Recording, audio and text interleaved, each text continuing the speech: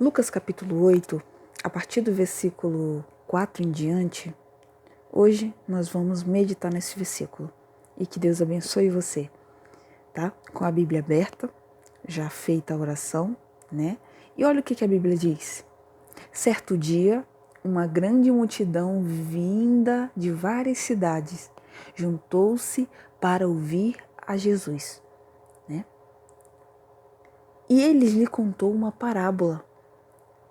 Um lavrador saiu para semear. Enquanto espalhava as sementes pelo campo, algumas caíram à beira do caminho, onde foram pisadas, e as aves vieram e a comeram. Outras caíram entre as pedras e começaram a crescer, mas as plantas logo murcharam por falta de umidade. Outras sementes caíram entre os espinhos que cresceram e com elas sufocaram os brotos. Ainda outras caíram em solo fértil e produziram uma colheita 100 vezes maior que a quantidade semeada. Quando ele terminou de dizer isso, declarou: quem é capaz de ouvir? Ouça com atenção. Né? Aqui, certo dia, Jesus, né, quando ele ia a outros lugares, várias pessoas de várias cidades, elas se reuniam para ouvi-lo, né?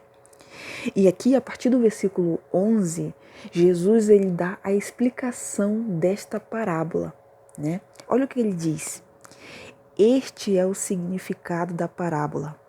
As sementes são a palavra de Deus. Você viu que no início Jesus falou, a semente que caiu no caminho,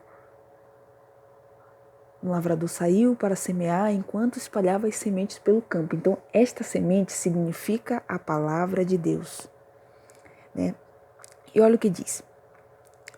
As sementes que caíram à beira do caminho representam os que ouvem a mensagem, mas o diabo vem e arranca do coração deles e o impede de crer e ser salvo, né? Aqui, no versículo 12, representa, né, as sementes que caíram à beira do caminho onde foram pisadas pelas aves e as comeram, né? Que logo, quando as pessoas ouvem, mas vem o diabo e impede dessas pessoas crer, ou seja, coloca incredulidade, coloca dúvida na cabeça das pessoas e essas pessoas acabam desanimando e deixando de crer, né? Então, aqui a partir do versículo 13, Jesus novamente ele vem falando. Olha o que diz. As sementes no solo rochoso representam os que ouvem a mensagem e a recebem com alegria. Uma vez, porém, que não têm raízes profundas, creem apenas por um tempo e depois desanimam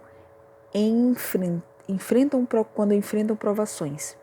Aqui novamente no versículo 13 ele dá outra ideia. Olha, aqui as pessoas recebem a mensagem com alegria, mas não tem raiz.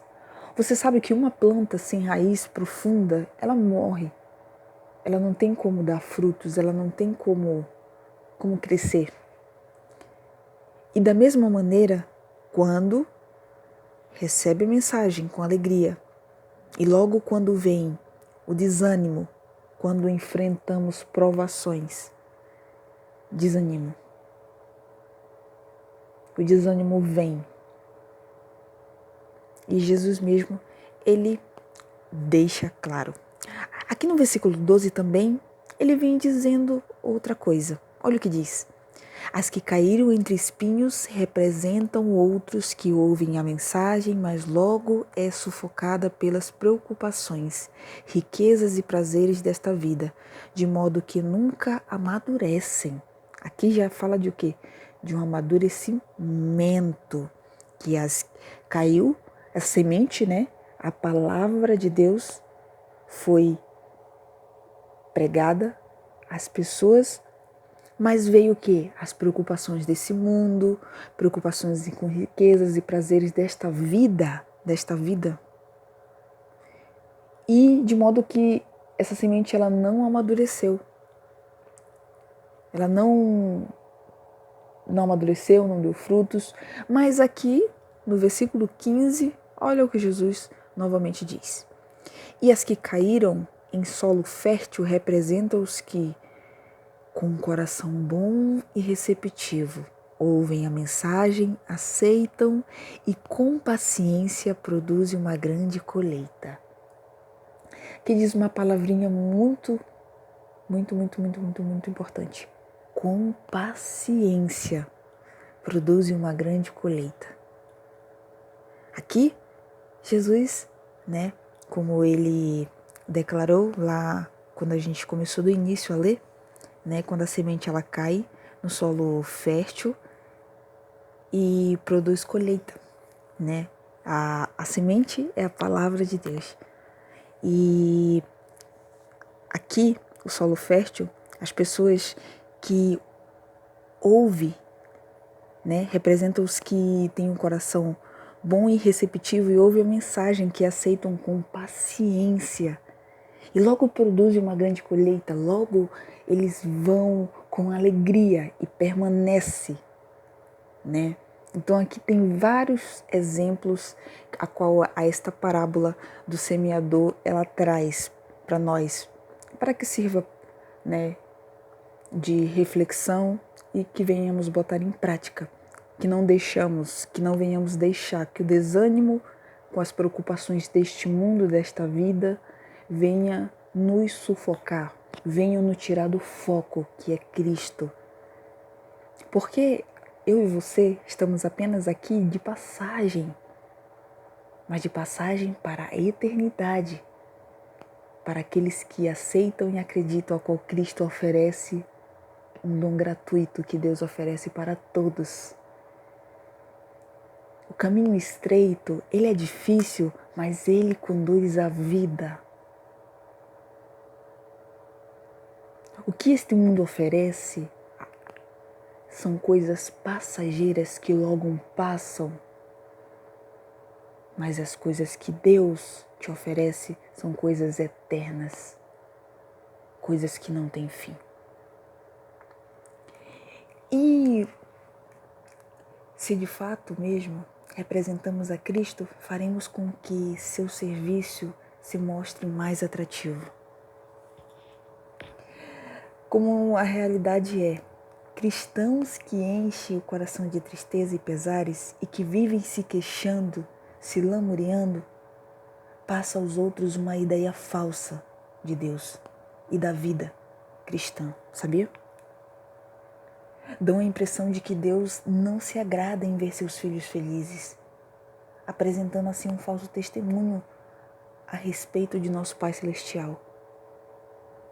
Logicamente que Jesus disse que no mundo nós teríamos aflições, mas também o nosso Pai Celestial, ele sente prazer quando os seus filhos estão felizes. E a nossa felicidade completa só será ao lado de Cristo. E Satanás, ele exulta quando pode levar os filhos de Deus à incredulidade e ao desânimo. A incredulidade é você não acreditar. A incredulidade, de várias maneiras, eu poderia te explicar o que significa essa palavra.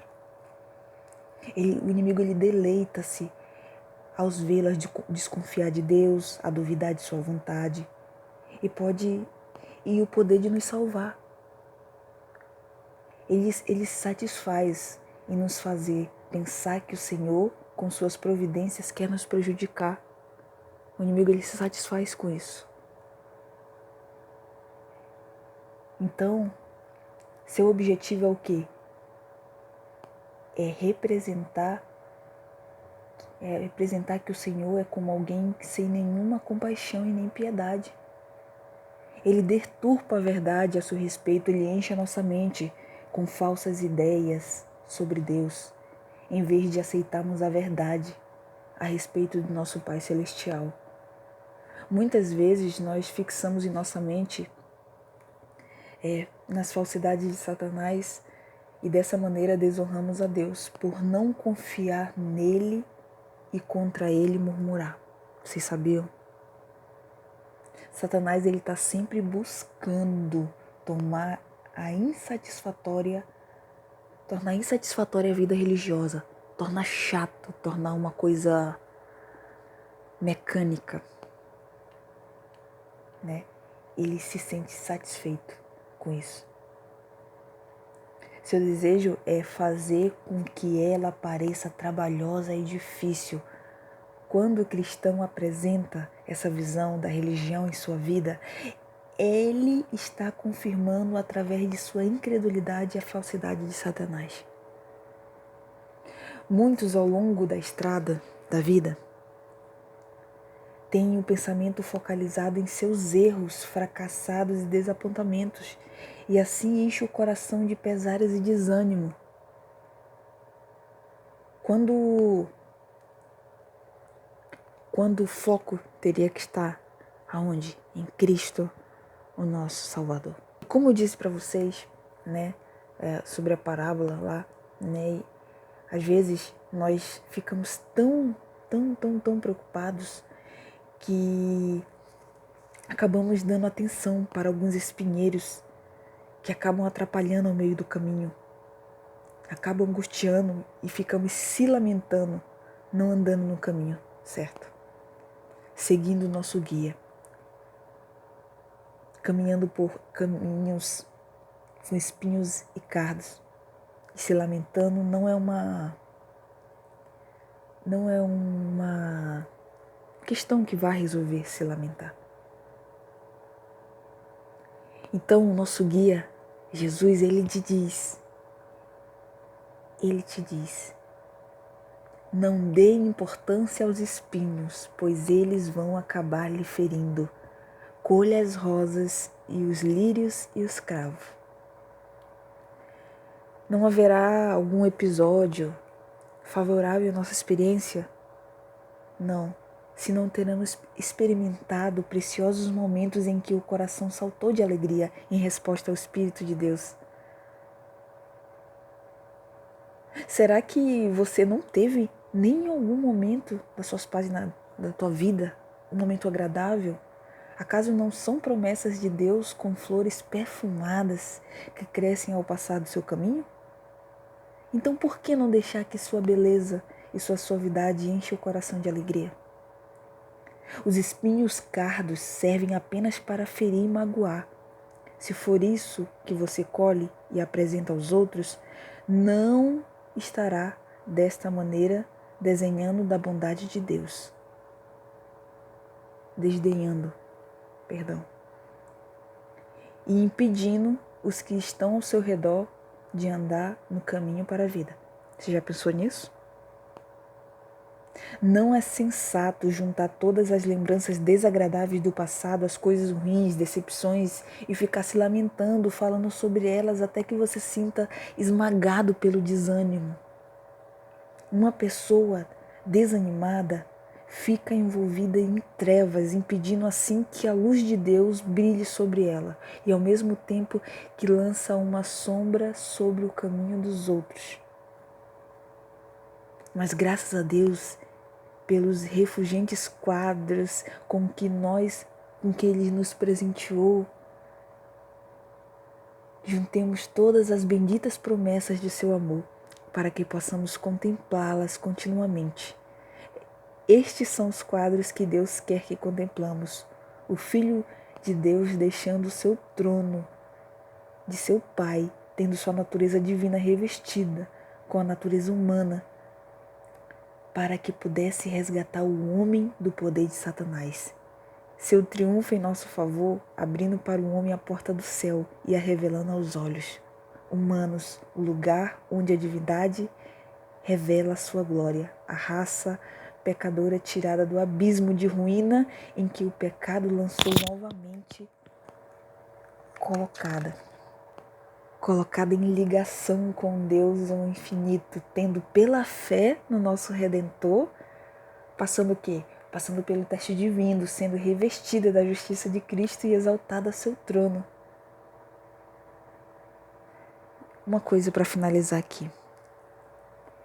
Quando parecemos duvidar do amor de Deus e desconfiar de suas promessas, nós o desonramos e entristecemos seu Santo Espírito, Como se sentiria uma mãe se seus filhos estivessem sempre se queixando dela, como se ela não quisesse seu bem, quando todos os esforços de sua vida têm como objetivo atender seus interesses e lhe provém conforto?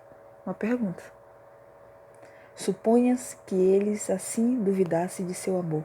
Certamente isso não lhe partiria o coração.